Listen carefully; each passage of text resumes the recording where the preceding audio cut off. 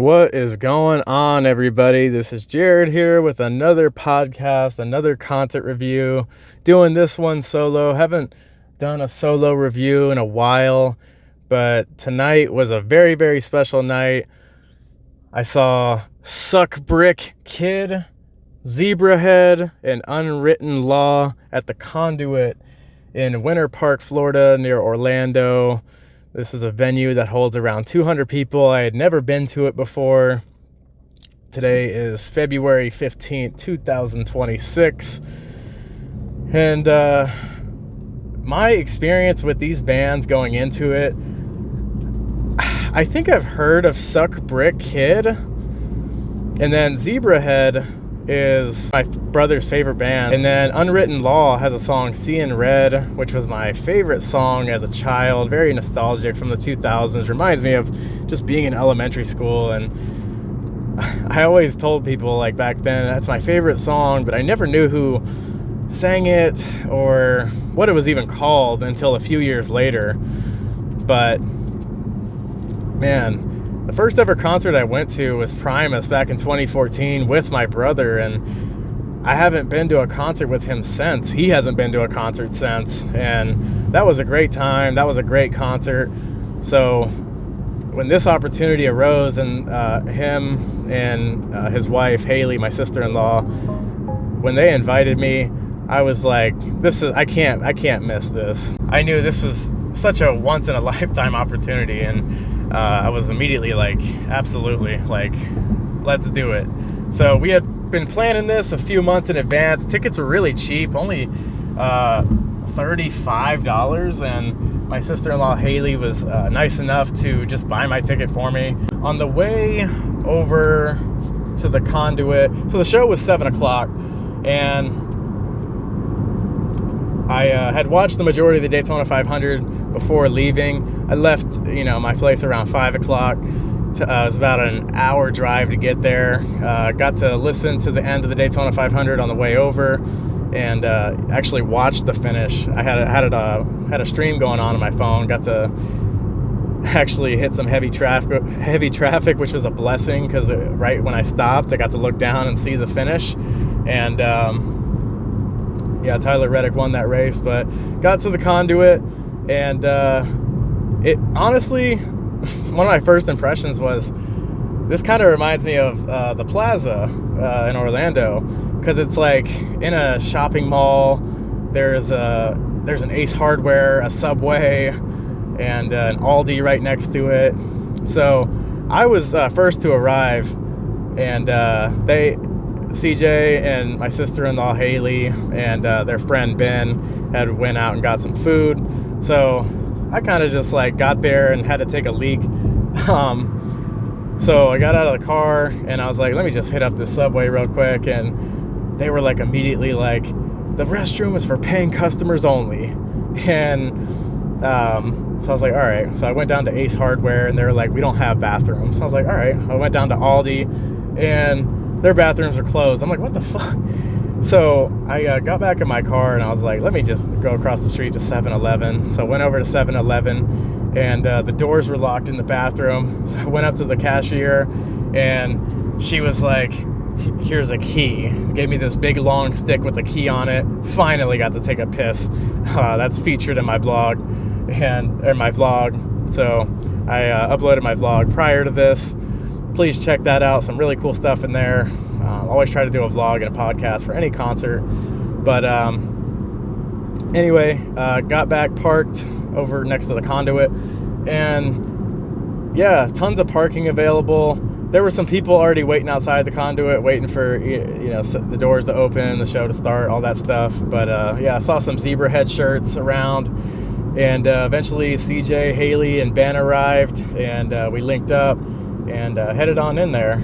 And like I said, never had been here before. Knew it was going to be the smallest venue I'd ever been to before, but basically they give you a wristband. They kind of just check your ID, and then they do they just have like a wand and metal detector type of deal. But walked in there, and basically it's just like this kind of just big open square area, And on the left-hand side, first thing that they had were these little pieces of paper. They weren't lithographs or posters or anything. It was literally kind of just like the size of like a little picture, kind of the size of your hand. But it was just a little artwork, a little piece of paper of the show in question for the night, with Unwritten Law, Zebrahead, and Suck Brick Kid. So I thought that was cool. They're handing those out for free.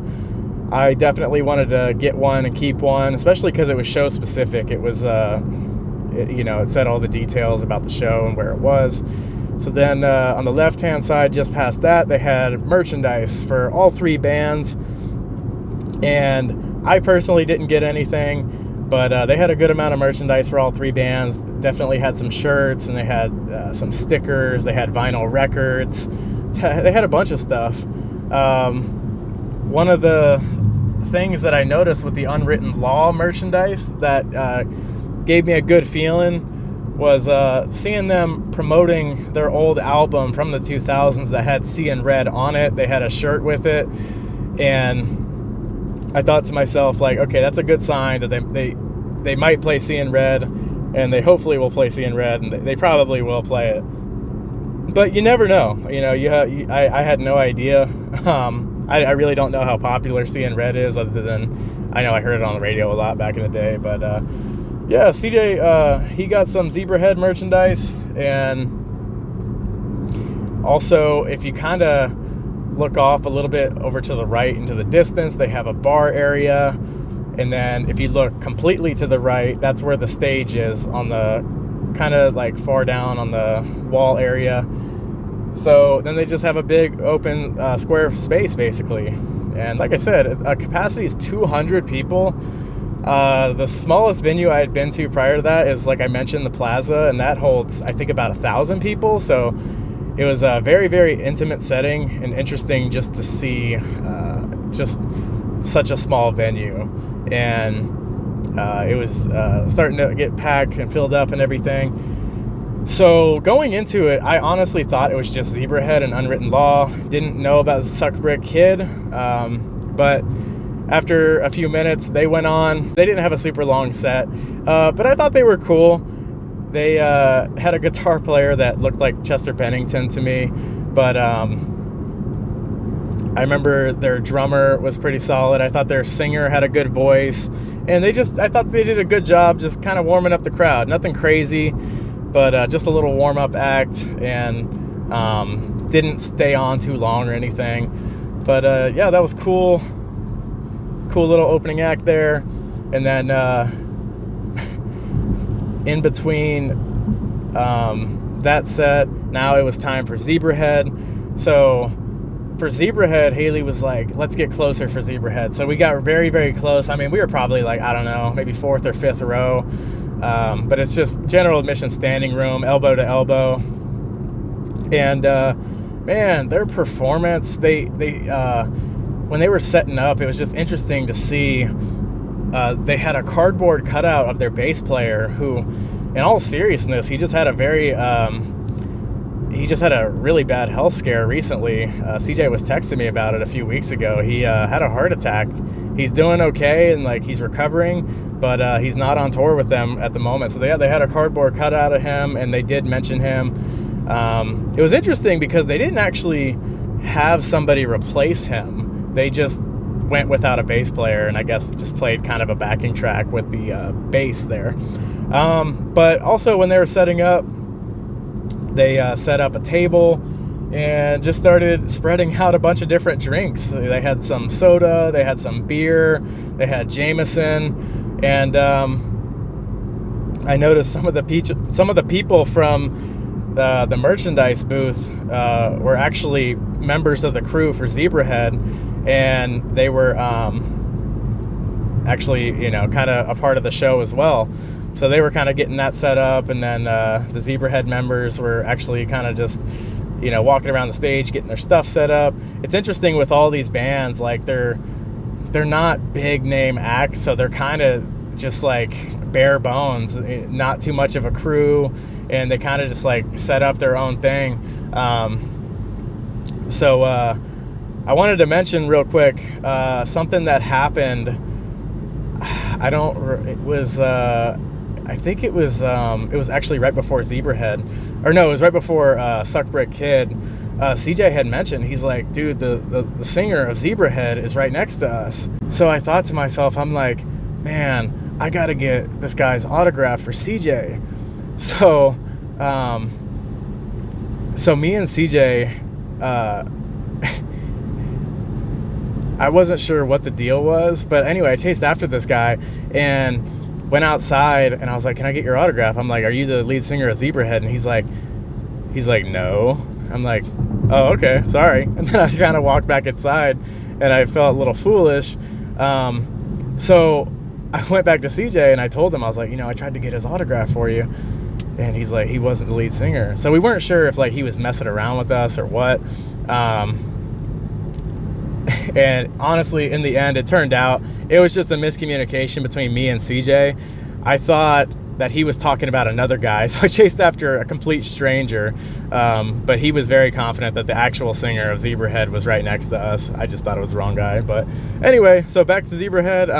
So yeah, they got all their stuff set up, and the lights went down, and they started playing over the PA The Kids Aren't Alright by The Offspring. That was like the intro song. They played the whole song, and crowd was into it. They were singing the song. It was really cool to hear that song as their intro. I love that song from The Offspring, another very nostalgic song. So a great intro song there. And yeah, Zebrahead came on. Once again, I'm not very familiar with Zebrahead other than just kind of some stuff that I've heard on CJ's TV, just being over at his place. But man, I can't explain to you how good of a show this was. It really flew by.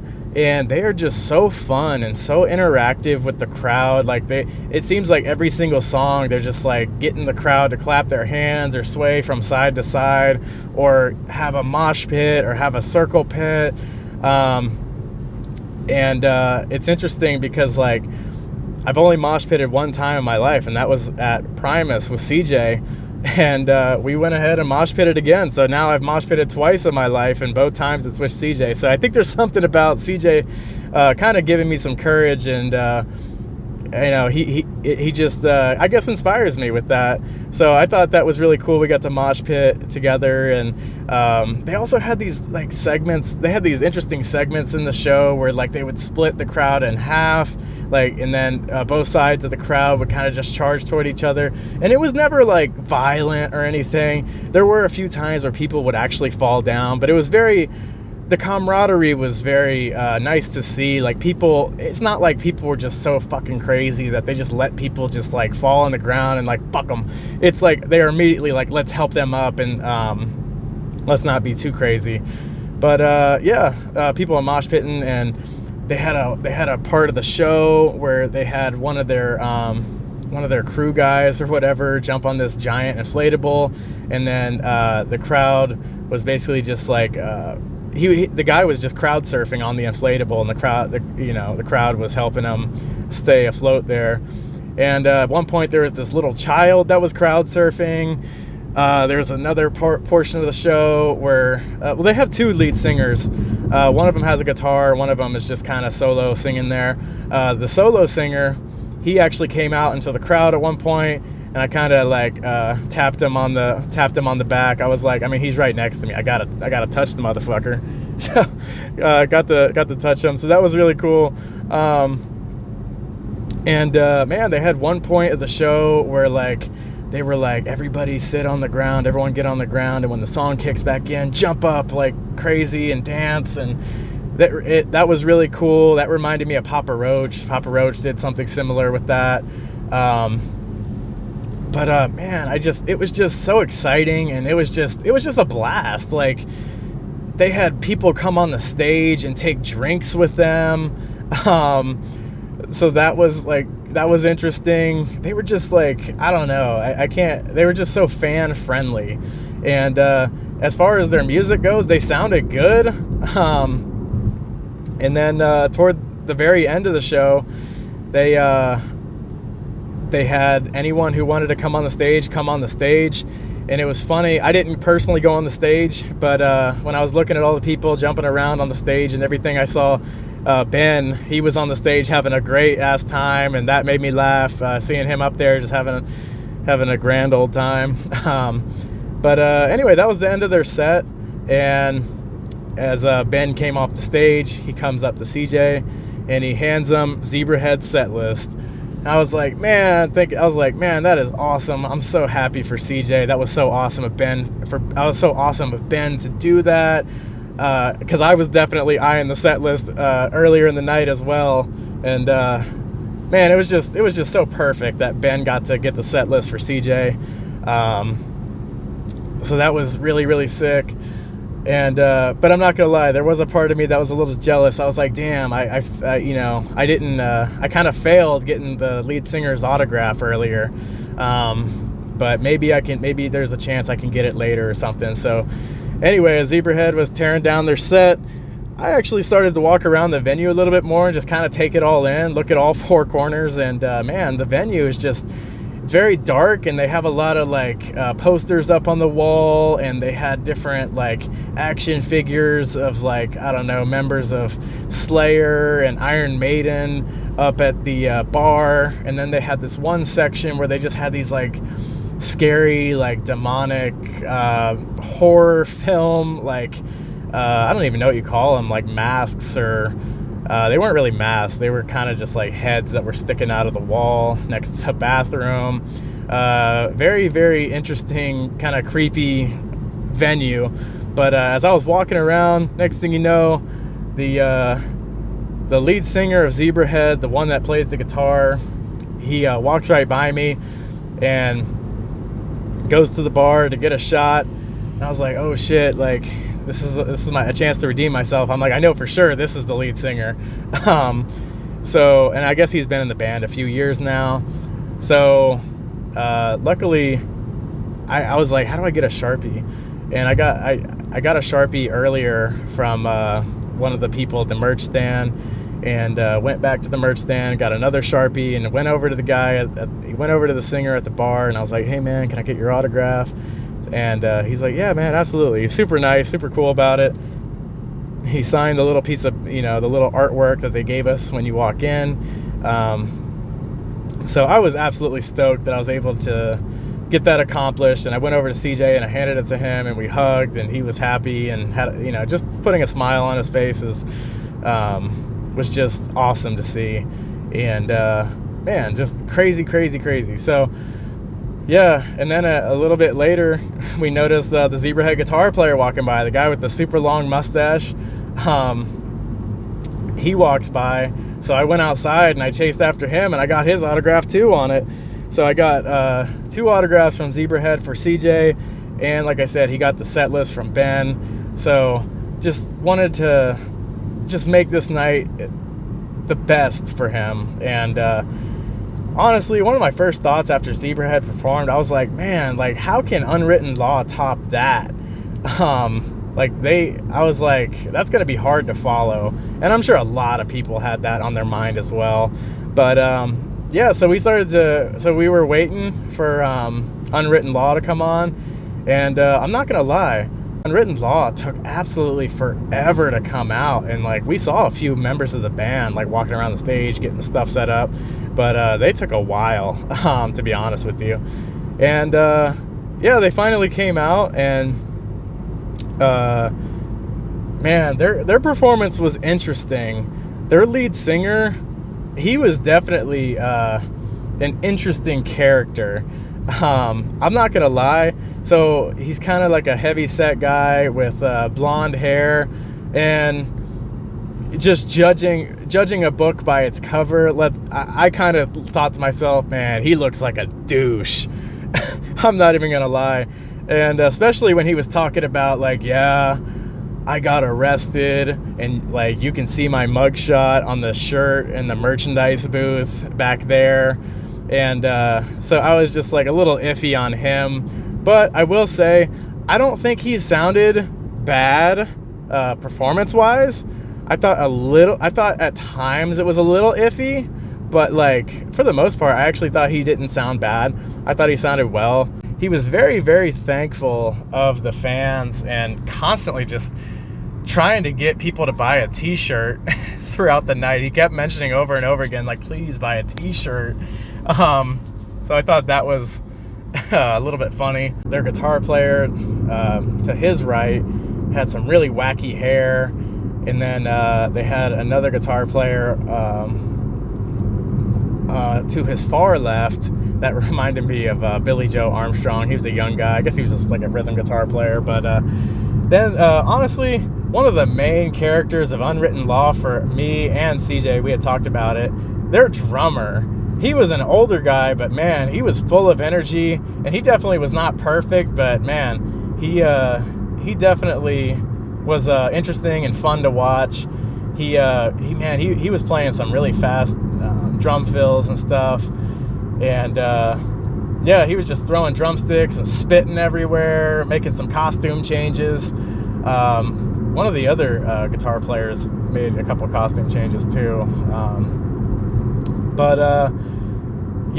Their set was like, to me, I was just like hoping they would play Seeing Red once again. And after, I don't know, 5, 6, 7 songs, they finally busted into Seeing Red. And man, what a magical and powerful moment that was for me.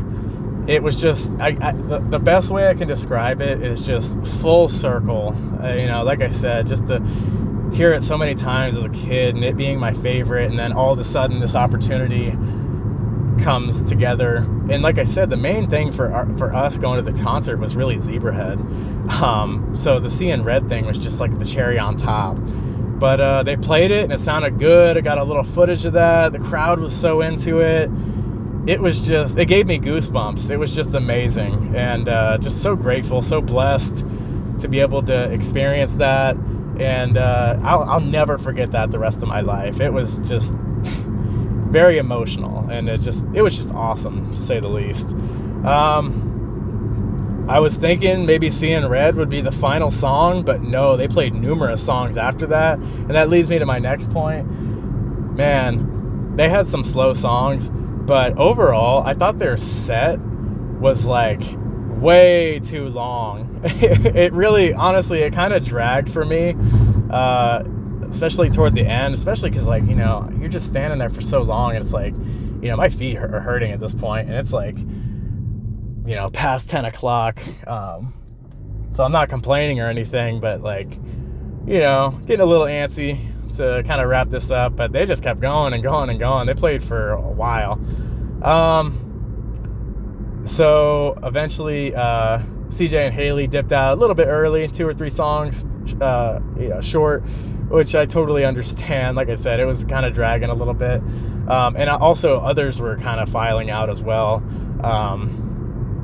They finally played their last few songs and wrapped up the set. Overall, throughout the whole night, I only recognized the song Seeing Red. I didn't recognize any of the other songs from any of the other bands or anything. Me and Ben kind of just watched the end of the concert together, and that was it. We walked out, and it was still drizzling from the heavy rainstorm that was happening during majority of the night, which was very interesting. Like, sometimes during the night we would see people walk out the door and like we'd just see it pouring down rain. We had a huge front come in with a bunch of rain, and so that was another interesting aspect of it for me. But walked out, got in the car, and got out. Getting out was a breeze, not having to deal with much traffic. These smaller venues are nice because of that, for sure. But overall, absolutely fantastic night. I had a great time. It was unforgettable, and I'm just so stoked that I went. I'm glad that I went. I don't regret it at all. And Zebrahead definitely stole the night. They were the best band. I think they should have been the headliners, personally. I'm sure a lot of people think that as well. It's like, how do you follow that up? But that was one of the, honestly, Zebrahead was one of the funnest like shows I've ever been to be honest with you. So yeah, it was just a night for the ages, for sure. So please check out my vlog if you haven't already. Thank you so much if you have listened up to this point. I am grateful for all of you. First concert in a while. I haven't been to a concert since October. It's been a few months, but this one was definitely different. The Conduit in Winter Park. Man, I have a lot to process after this one. But did you go to the show? If you did, what did you think? Have you ever seen these bands live? If you went to this particular show, who do you think won the night? It's interesting because this is the second concert in a row where the second artist that played, I think, outshined At the next light, turn right. The rest of the artists. But yeah, please let me know your thoughts on this podcast, and please comment, like, and subscribe. I'll see you all in the next one.